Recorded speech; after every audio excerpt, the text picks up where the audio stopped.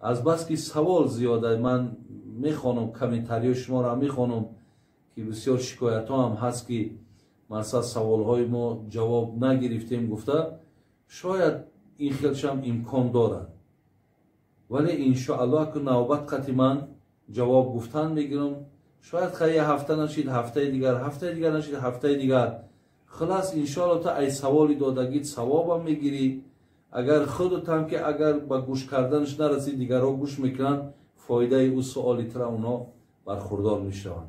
اگر شما از ریختن موی سر یا اینکه از بریشی از لاغری به اشتیایی بودن از وزن نالازمه پروستات درد دل درد گرده درد معده و یا اینکه خونو گرفتگی روده ها اذیت میکشید پس با این رقم های در روی اکران بوده زنگ زنید کمی از بیماری خود معلومات دهید دوره های گیاهی لازمه را به شما شرکت شفا فرما توصیه میدهد.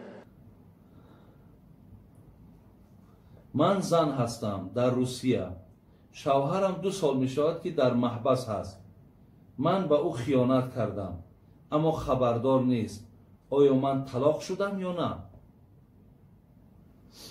این خواهر عزیز ما سوال کردن که شوهرم در زندانه لیکن من از نبودنش مقصد یا در نبودنش دست به زنا زدم آیا من نکاحی از سر کنم یا مقصد نکنم. من اول خواهرای عزیز همه شما را تاکید میکنم که در نبودن شوهرهاتون خیانت نکنید. شما حرکت کنید که از زمره بهترین زنها باشید. پیامبر ما گفتن بهترین زن همان زنی هست که وقتی مرد در چهره او نگاه میکند خوشحال میشود. یعنی زن چهرهش مرد میتواند خوشحال کند میتواند مرد غضبناک کند. یعنی اگر در چهره زن تبسم باشد رضاگی باشد حرمت باشد مرد خوشحال میشود. دویم گفت زنی خوب زنی هست که مرد او را اگر بر یک کار مشغولش میکند میاد که کار انجام داده است یعنی امر مرد که اجرا میکند. سیوم هرگاهی که زن مرد اگر نباشد زن در نبودن او خیانت نمیکند.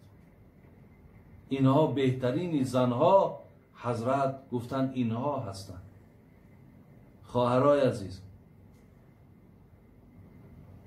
میدانید که چقدر شما در این کار بدبختید. ولی این آدمی که من سوال داده است این تنها نیست.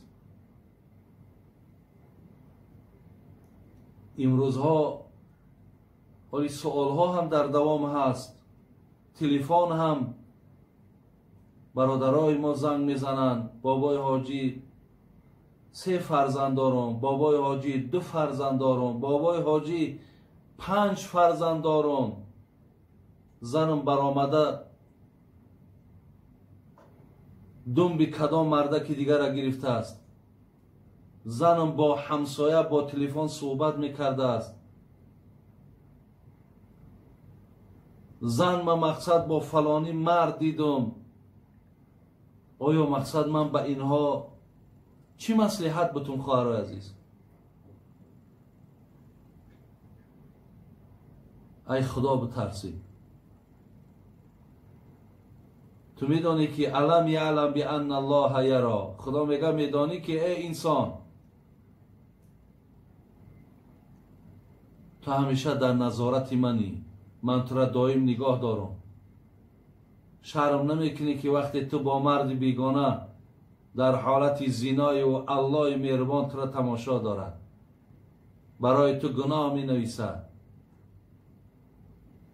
و روز قیامت چگونه در حدیث ها آمده است شما را آویزان میکنند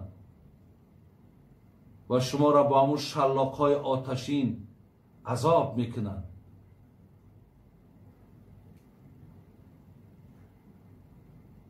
زین لحاظ شما برای این کار کردگیتان توبه کنید، به سوی خدای مهربان آبی چشم کنین، زاره کنین، تولا کنین که مقصد من در همین روزی بدبختی من بده است، روزی ناسپاسی من بده است، روزی نافرمانی من بده است، روزی ناشکری من بده است، روزی آلوده و حرام کردن زندگی من بده است. خدای مهربان مرا ببخش، خدای مرا عفو کن، خدای گناه مرا ستر کن، خدای مرا در دنیا و آخرت شرمنده نکن. گفته تو از پروردگارت عذرخواهی کن و به این کار دست نزن. برای همین ببین که چقدر گناه همین وزبینه که در اسلام زنی شوهردار یا مردی زندار اگر زنا کنند تا مردنشونه اونها را سنگسار میکنند، تا مردنشونه. برای همین خواهرای عزیز، برادرای خیلی عزیز، هیچگاه دست به این کار حرام نزنید، هیچگاه دست به این کار حرام نزنید. زیرا بسیار بسیار من در اینجا کتابی دارم در باب زنا هم بسیار حدیث های آورده است. اولا آیت آمده است از خدای مهربان میگه ولا تقربوا الزنا انه کان فاحشه و ساء سبیلا. الله مهربان در سوره اسراء میگه شما هیچگاه به زنا نزدیک نشوید. این خداوند چقدر ذاتی مهربانه. ولا تقربوا الزنا، شما به زنا نزدیک نشوید، شما به این کار حرام دست نزنید. چی با الله چی میگه در دامش؟ انه کان فاحشه و ساء سبیلا. زیرا این زنای تو میگه دنیا را کلید میکنه. میدانی آفت و عذاب خدا را در روی دنیا میاره. برای دیگر بنده ها هم مشکلات هایی که ایجاد میشود از پشت زنای تو هست میگه. و این بسیار بدراه هست. برای همین در روی دنیا، در روی زمین، هرگاهی که این عملهای زشت که زیاد شد چقدر عذاب خدا هم بر بالای بندگانش زیاد می شود. زیلیاز بعضی نفرهایی که گوییم دست به این کار حرام میزنند چقدر آفت، چقدر مشکلات، چقدر سختی به سر مردم می آید.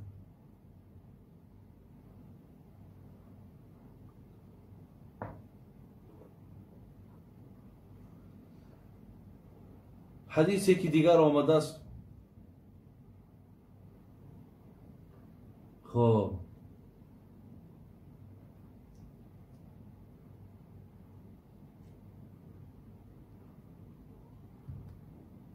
میگه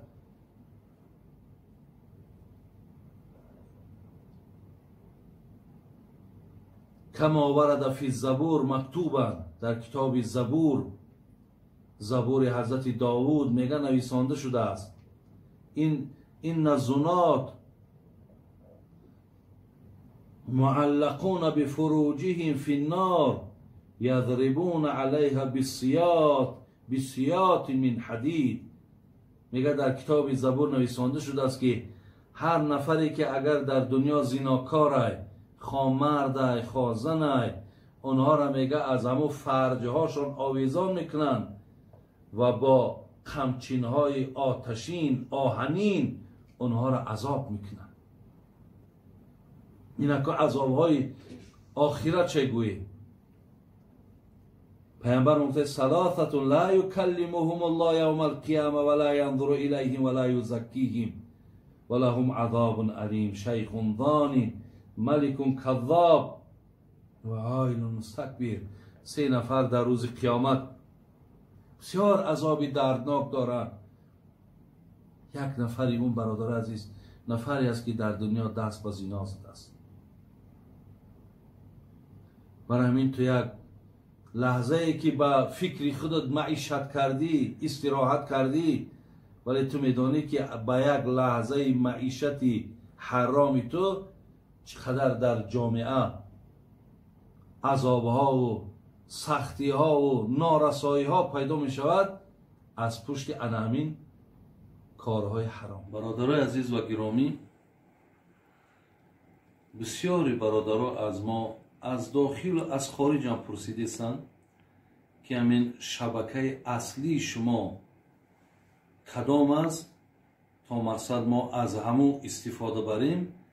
من به همه شما اعلان میکنم که همون شبکه اصلی ما یا صفحه اصلی ما همین نور تیوی هست. شما با همین حرفای روسی خودمان نور تیوی بنویسین در یوتیوب، همین صفحه در یوتیوب هست. انشاءالله شما از همینجا برنامه‌های بگیم همون اصلی ما را در میابین و هر ماه من حرکت میکنم تا 3-4 برنامه سوال و جواب یا یگان موضوع را در همین مقصد نور تیوی داخل کنم و انشاءالله شما از این استفاده برین. خداوند شما را خیر دنیا و آخرت نصیب گرداند. برادرای عزیز، شبکه نور تیوی شبکه اصلی بابای حاجی میرزا است. بدروین обуна шавен, дастгирӣ кунед, наворҳоро падилид сакнед, бародаро саволҳои худро дар имо равон кунед.